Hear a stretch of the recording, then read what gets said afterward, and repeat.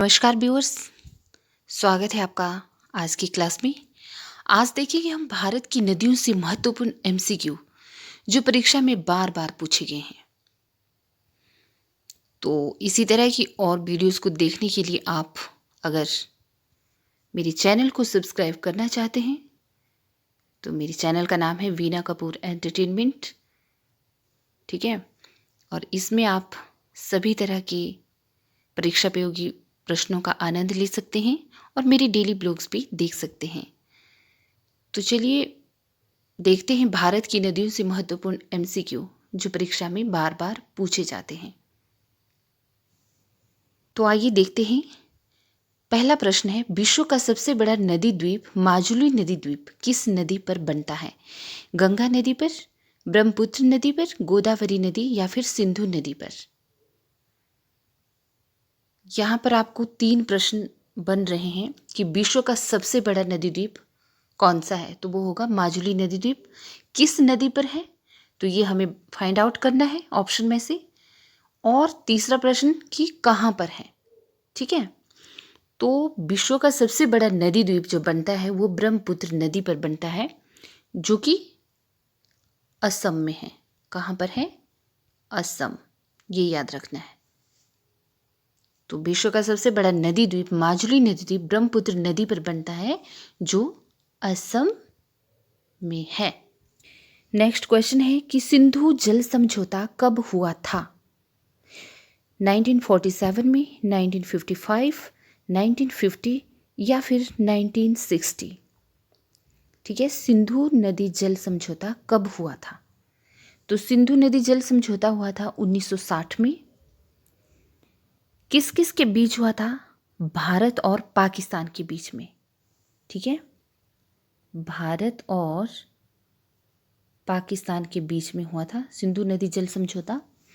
और साथ में इसमें क्या तय हुआ था? इसमें यह तय हुआ था इस समझौते के अनुसार कि सिंधु, झेलम तथा चिनाब का, कौन कौन सी नदी? सिंधु, झेलम तथा चिनाब का 80% जल, सिंधु, झेलम और चिनाब का 80% जल पाकिस्तान यूज करेगा तथा 20% जल भारत यूज करेगा, ठीक है। सिंधु नदी, झेलम और चिनाब का। और रावी, ब्यास और सतलुज का 80% भारत और 20% पाकिस्तान यूज करेगा। इस सिंधु नदी जल समझौते के अनुसार यह तय हुआ था, ठीक है। नेक्स्ट क्वेश्चन है कि कौन सी नदी है जो एक विभ्रंश घाटी से होकर बहती है, अर्थात रिफ्ट वैली से होकर बहती है? नर्मदा नदी, गोदावरी नदी, कृष्णा नदी या फिर इनमें से कोई नहीं?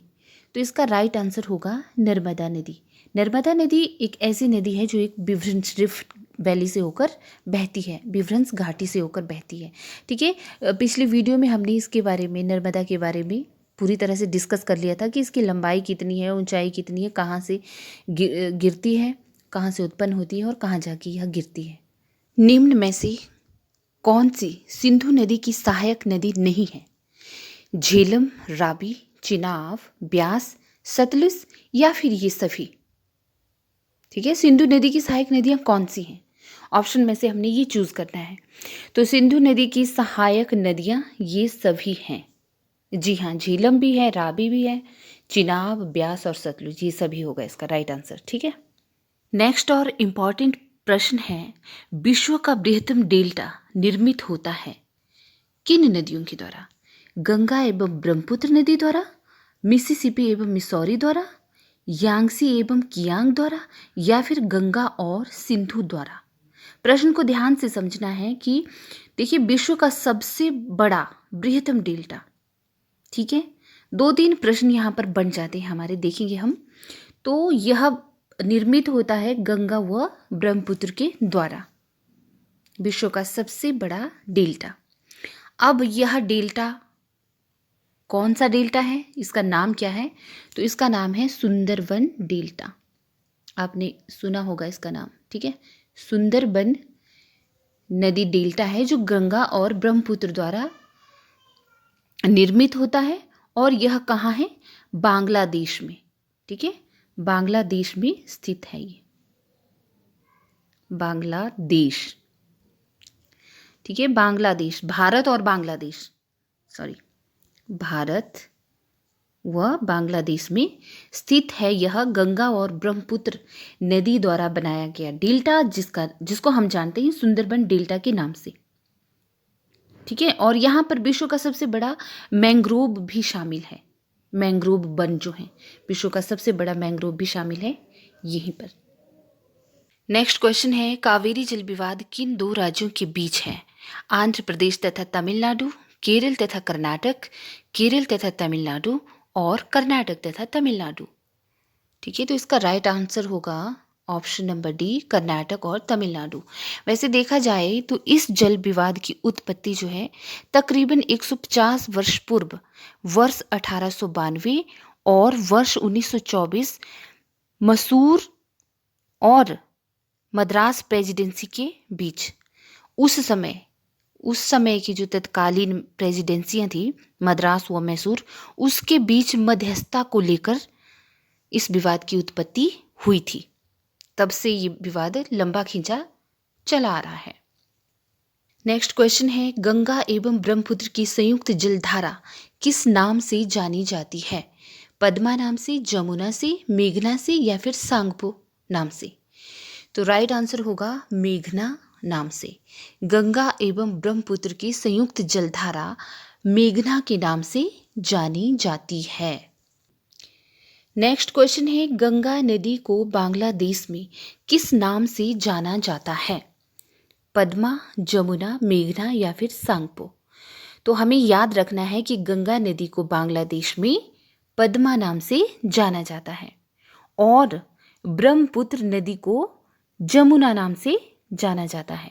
ठीक है, गंगा नदी को पद्मा नाम से बांग्लादेश में और ब्रह्मपुत्र को जमुना नाम से जाना जाता है।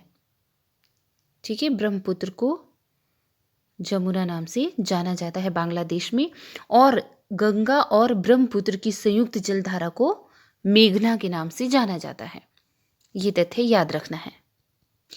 नेक्स्ट इंपॉर्टेंट क्वेश्चन है हमारा कि निम्न में से किस नदी को उसकी पवित्रता के कारण दक्षिण भारत की गंगा कहा जाता है?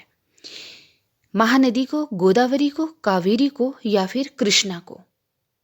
ठीक है, इन चार ऑप्शन में से हमने राइट ऑप्शन बताना है कि दक्षिण भारत की गंगा के नाम से किसे जाना जाता है। तो सही ऑप्शन होगा हमारा कावेरी नदी।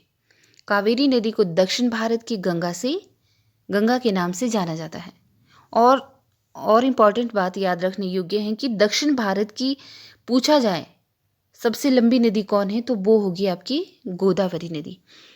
ठीक है, और दक्षिण गंगा और बृहद गंगा से किस नदी को जाना जाता है? तो गोदावरी नदी को। देखिए, एक ही प्रश्न में आपके 3-4 प्रश्न यहाँ पर हल हुए जा रहे हैं, तो हमने ध्यान से देखना है। दक्षिण भारत की गंगा के नाम से जाना जाता है कावेरी नदी को, और अगर प्रश्न पूछा जाए कि दक्षिण भारत की सबसे लंबी नदी, तो वो होगी आपकी गोदावरी नदी, और दक्षिण गंगा और बृहद गंगा के नाम से जिस नदी को जाना जाता है वो है गोदावरी। ठीक है, नेक्स्ट क्वेश्चन है, सूरत किस नदी के किनारे स्थित है? ठीक है, तवा नदी, ताप्ती नदी, नर्मदा नदी या फिर कृष्णा नदी?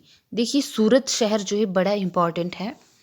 ठीक है, तो ये हमने यहाँ पे राइट ऑप्शन देखना है कि कौन सा होगा। तो सूरत जो है ताप्ती नदी के किनारे स्थित है, जिसे तापी नदी भी कहा जाता है। ठीक है, अब सूरत के बारे में जान लेते हैं कि सूरत क्यों इम्पॉर्टेंट है। क्योंकि सूरत को डायमंड कटिंग और कपड़ा उद्योग की पॉलिशिंग के लिए जाना जाता है। ठीक है, यहाँ पर जो है कपड़ा उद्योग हैं और डायमंड की कटिंग भी की जाती है, उसकी पॉलिशिंग की जाती है, तो इसलिए यह शहर जो है बड़ा फेमस है। और साथ ही इसे सिल्क सिटी और डायमंड सिटी के नाम से भी जाना जाता है ना। सिल्क सिटी,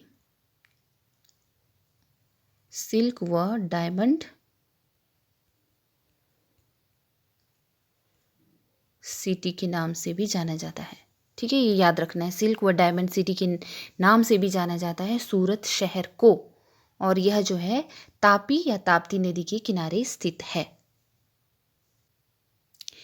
नेक्स्ट महत्वपूर्ण प्रश्न है हमारे पास कि पंजाब के निर्माण में सबसे महत्वपूर्ण नदी कौन है। पंजाब के निर्माण में सबसे महत्वपूर्ण नदी कौन है, तो इसका राइट आंसर होगा सिंधु नदी। ठीक है, पंजाब के निर्माण में सिंधु नदी जो है सबसे महत्वपूर्ण है। पंजाब का गठन हुआ था हमारा 1 नवंबर 1966 में। ठीक है, 1 नवंबर 1966 में पंजाब का गठन होता है। पंजाब को पंचनद के नाम से भी जाना जाता है क्योंकि इसका निर्माण 5 नदियों के द्वारा होता है। यह दक्षिण एशिया का क्षेत्र है हमारा जो पंजाब है। ठीक है, तो 5 नदियां कौन कौन सी हैं? झेलम, ठीक है मैं शॉर्ट में लिख रही हूँ, चिनाब, रावी, ब्यास और सतलुज। झेलम, चिनाब, रावी, ब्यास और सतलुज, इन 5 नदियों के कारण जो है पंजाब पंचनद का निर्माण होता है, तभी से इसको पंजाब के नाम से जाना जाता है। और साथ में ही पंच का अर्थ है 5 और आब का अर्थ होता है आपका जल। ठीक है, इसीलिए इसको इस तरह का नाम दिया गया। यह जो है अरबी भाषा के शब्द है पंच और आब। पंच का अर्थ हो गया 5 और आब का अर्थ हो गया जल।